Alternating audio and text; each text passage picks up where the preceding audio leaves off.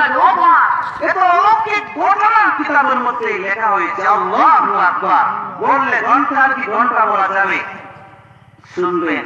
কিন্তু ওই বিষয়গুলোতে কাসাসুল আউয়ালিন মাওয়াইজুল আখিরিন, ইন্না ফি যালিকা লাইবরাতান লিমান ইয়াখশা, এগুলি আমরা জানবো, আমাদের শিক্ষা হবে এতটুকুই। কিন্তু আমাদের আরো কিছু জানা দরকার, যেগুলি আমাদের প্রয়োজন। কবরের বাসিন্দা ডাক দিলেন, কবরের বাসিন্দাকে ডাকলেন, আল্লাহর ওলি 400 বছর পর্যন্ত তোমায় গোলামি করলে, তোমার কোনো কিছু আমার কাছে চাওয়া আসেনি? কবরের বাসিন্দা বললেন, আছে। কি চাও? বলে, আমার 400 বছরের নামাজ তুমি নিয়ে যাও, আর তুমি যে সুবহানাল্লাহ বলছো, এই সুবহানাল্লাহটা আমাকে দিয়ে দাও। জোরে বল না সুবহানাল্লাহ। কি জন্য তুমি এটা চাইলে? কি জন্য তুমি এটা চাও? তখন কবরের বাসিন্দা ডেকে ডেকে বলে, আরে আল্লাহর ওলি, তুমি জানো না মানুষের 10টার সময় পরীক্ষা হলে ঢুকে, 1টার সময় বের হয়, 11টা থেকে 11টা 1 ঘন্টা, 12টা 2 ঘন্টা, 1টা 3 ঘন্টা, 10টা থেকে 11টা পর্যন্ত পরীক্ষার হলে থাকে। পরীক্ষার হলের মধ্যে গিয়ে যদি পাঁচটার মধ্যে পেপারের মধ্যে প্রশ্ন উত্তর যদি ভুল লেখে, আর লেখাটা যদি চাপার অক্ষর হয়, সুন্দর হাতের লেখা হয়, পরীক্ষক খাতা দেখে বলবেন বড় সুন্দর লেখছে, কিন্তু প্রশ্নের উত্তরগুলো একেবারে ভুল দিয়েছে। লেখাটা কিন্তু সুন্দর, যা তার খুশি হইয়া 5 নাম্বার দিলাম। জানো নাকি? প্রশ্ন আছে ভুল, উত্তর দিয়েছে ভুল, কিন্তু তার লেখা সুন্দর, তার 5 নাম্বার দিলেন। বুঝলো? বুঝাইলেন, কবরের বাসিন্দা বুঝাইলেন, হে আল্লাহর ওলি, তুমি আমার 400 বছরের আমল নিয়ে যাও, তোমার একবারের সুবহানাল্লাহ আমারে দাও। একবারের সুবহানাল্লাহ নিয়ে তুমি কি করবে?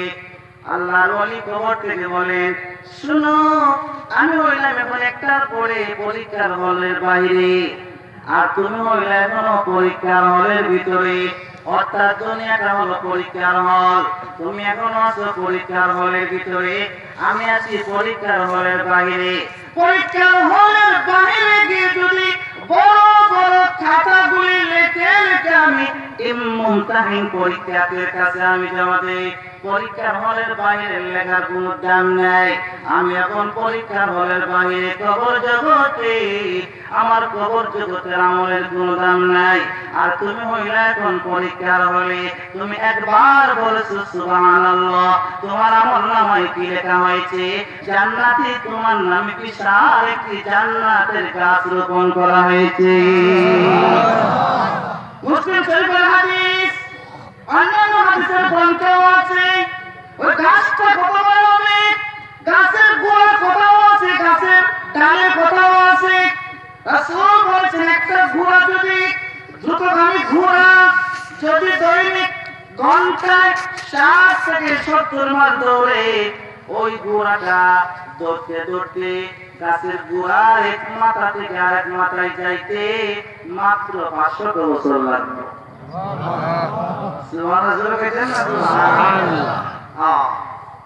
আর না হয় গাছের ডালের ছায়া এতটুকু হবে, এক ছায়ার মাথা থেকে আরেক মাথা পর্যন্ত দৌড় দেবে, ওই ঘোড়াটা ঘন্টায় 60 কিলোমিটার দৌড়বে, মাত্র 500 বছর গিয়ে পৌঁছবে।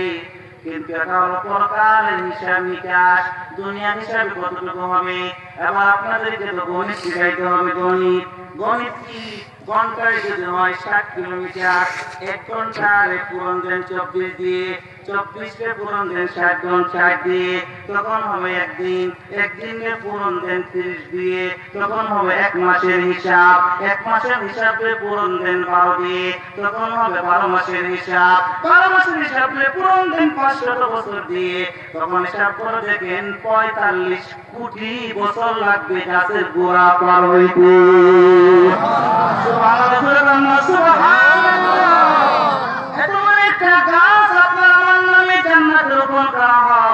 অন্যান্য হাদিসে হাদিসের মধ্যে আছে একবার সুবহানাল্লাহ বললেও আকাশ আর জমিনের পাকা জায়গাটা সব দ্বারা আল্লাহ ভরপুর করে দেন। কবরের বাসিন্দা ডেকে ডেকে বলেন, হে আল্লাহর বান্দা, তুমি আছো পরীক্ষার হলে আর আমি আছি পরীক্ষার হলের বাইরে। আমি শত হাজার বার সেজদা দিই, আমার সেজদার কোনো দাম নেই। তুমি একবার সেজদা দিবে, তোমাকে আল্লাহ রহমতের কোলে উঠাইয়া রাখবে। ওয়াজ আগে করে দিলাম, এবার আয়াতে যাই। আল্লাহ পাক রব্বুল আলামিন বলেন, ওয়া লাকাদ খালাকনাল ইনসানা মিন সুলালাতিন মিন তিন। আমি তোমারে বানাইছি কাদা মাটি থেকে, মানুষ বানাইছি কাদা মাটি থেকে, নরম মাটি থেকে। অন্য আয়াতে আছে খালাকাকা মিন তুরাবিন, বানাইছি তোমারে টনটনে মাটি থেকে। কি ব্যাপার, এক জায়গায় বলেন নরম মাটি, আর এক জায়গায় বলেন টনটনে। মুফাসসিরিন কেরাম সমন্বয় দিয়েছেন, নরম মাটি রে শুকাইলে কাদা মাটি হয়, আর শক্ত মাটি রে ভিজাইলে নরম মাটি হয়। কোনো অসুবিধা নাই, দুই মাটি দ্বারাই সংমিশ্রণ করে আল্লাহ মানুষ বানাইছেন। বোঝা গেল আপনার আমার মানুষ বানাইছেন সরাসরি মাটি থেকে। বাবা আদমকে আল্লাহ তাআলা মাটি থেকে বানাইছেন। কোরআনে কারীমে অন্য আয়াতে আল্লাহ তাআলা বলেছেন, হুয়াল্লাযী খালাকাকুম মিন তুরাবিন তুম্মা মিন নুতফাতিন তুম্মা মিন আলাকা তুম্মা ইখরিজুকুম তিফলান তুম্মা নুখরিজুকুম তিফলান তুম্মা লিতাবলুগু আশুদ্দাকুম তুম্মা লিতাকুনু শুয়ুখা। আল্লাহু আকবার। আল্লাহু আকবার। বাবা আদম, হে আদম, তোমার বানাইলাম মাটি থেকে।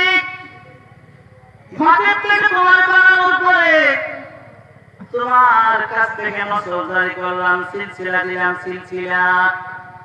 তোমার মাটি থেকে বানাইলাম, কিন্তু তোমার বংশধর সিলসিলা দিছি মাটি থেকে নয়। তুচ্ছ এক ফোঁটা নাপাক পানি থেকে কোটি কোটি মানুষের বংশ দিলাম। সুবহানাল্লাহ। অন্য আয়াতের মধ্যে আল্লাহ তাআলা বলেছেন, وبدأ خلق الإنسان من طين ثم جعل نسله من سلالة من ماء مهين।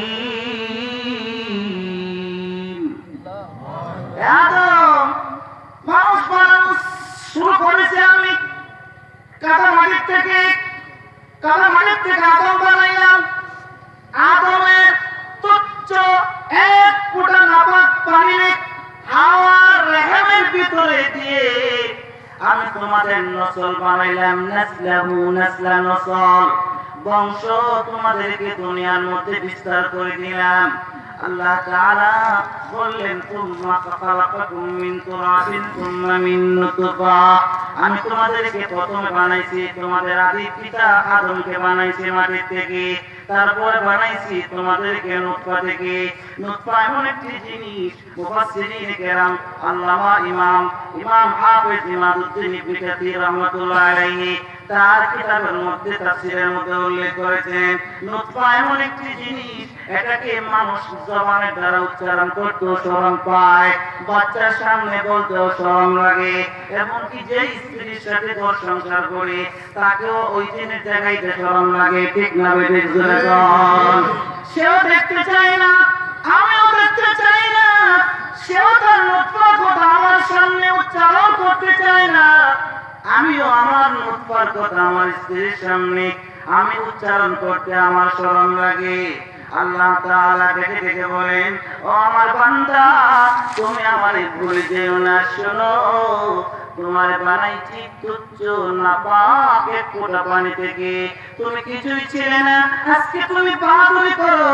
তোমারে বানাইছি আমি নুতফা নাপাক পানি থেকে, তোমারে পরিপূর্ণ একটা মানব বানাইয়া দুনিয়াতে পাঠাইলাম।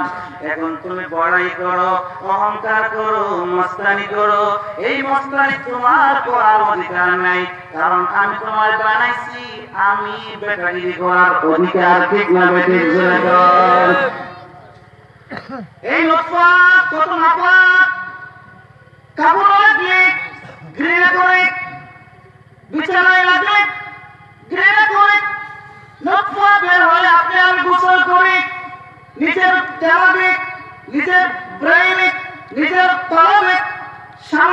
অবস্থানে এমন একটা জিনিস দিয়ে আল্লাহ তাআলা আপনাকে আমাকে বানাইলেন, যে জিনিসের দাম দুনিয়াতে সাধারণ জিনিসের দাম আছে।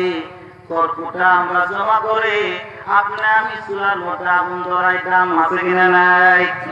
বাঁশতলার নিচে বাঁশের পাতা পড়ে তার দাম আছে। নদীর মধ্যে ফেনা ফেনাগুলি উড়ে উড়ে যায়, তারপরে গাছপালা ওই নদীর পানি দিয়ে ভেসে ভেসে যায়। এগুলি আপনি আমি আটকাইয়া কোম্পানির সার বানায়, অঙ্কুরিত হয়, ফসলাদি উৎপন্ন হওয়ার মাধ্যম হয়।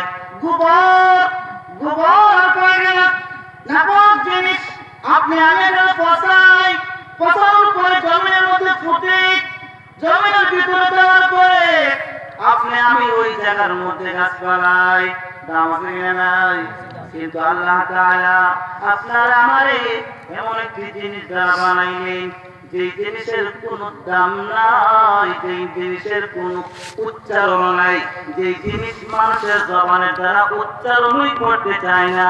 বান্দা, তোমারে ওই জিনিস থেকে আমি তোমারে বানাইলাম। সুবহানাল্লাহ, জোরে বলেন না সুবহানাল্লাহ। তারপর আল্লাহ তাআলা বলেন, তারপর তোমার ইবাদত পাঠালে রক্ত বানাইলাম, রক্ত বানানোর পরে গোশতের টুকরো বানাইলাম, গোশতের টুকরো বানানোর পরে হাড্ডি দিলাম, রগ দিলাম, শিরা উপশিরা দিলাম। তাফসীরে ইবনে কাসিরের মধ্যে লিখেছেন, শিরা দিলেন, উপশিরা দিলেন, মাথা লাগাইলেন, পা লাগাইলেন, হাত লাগাইলেন।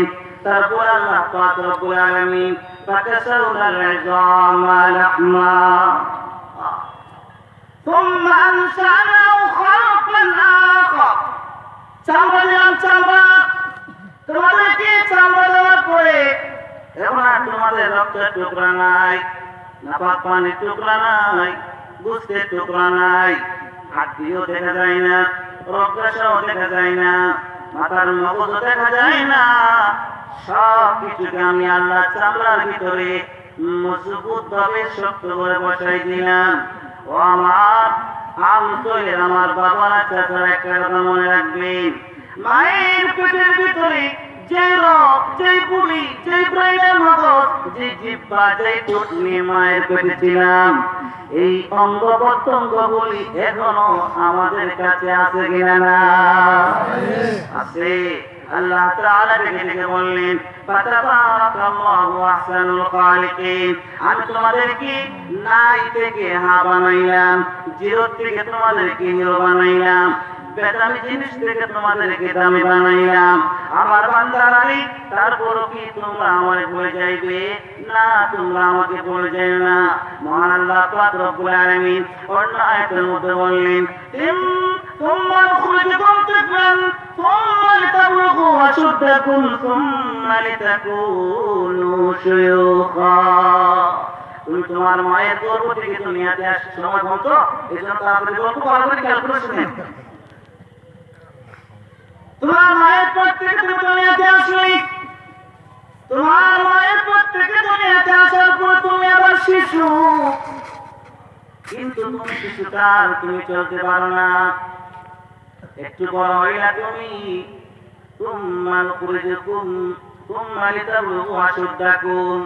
তারপরে তোমাদেরকে উপযুক্ত বয়সে আমি আল্লাহ পৌঁছাই দিলাম। তারপরে তোমাদেরকে যুবক বয়স থেকে তোমরা চলে গেলে বৃদ্ধ বয়সে। তারপরে অনেকে প্রাপ্ত বয়স্ক হয়, অনেকে হয় না, অনেকে শিশুকালে মারা যায়, অনেকে যুবক বয়সে মারা যায়, অনেকে বৃদ্ধকালে মারা যায়, অনেকে তার ইলাজালে মুসাম্মা নির্দিষ্ট হায়াত পর্যন্ত বাঁচে। এর আগেও আমি মারতে পারি, নির্দিষ্ট সময় গিয়েও তোমাদেরকে মারতে পারি। বান্দা, আমার বুঝাস না, সব কিছুর চাবিকাঠি আমি আল্লাহর কাছে রয়েছে। ইলাজালে মুসাম্মা লাআল্লাকুম তাকিলুন। তোমাকে নির্দিষ্ট সময় পর্যন্ত হায়াত বাড়াই দিব, আর না হয় মাঝখানে মারবো, আর না হয় মায়ের পেটের ভিতরে মেরে ফেলবো, আর না হয় শিশুকালে তোমাকে মেরে ফেলবো, আর না হয় যৌবনকালে তোমাকে মেরে ফেলবো। সাবধান, সব কিছু আমার হাতের বান্দা। এই সমস্ত কারিশমা, কারিকুলাম গুলি আমি তোমাদেরকে কোরআন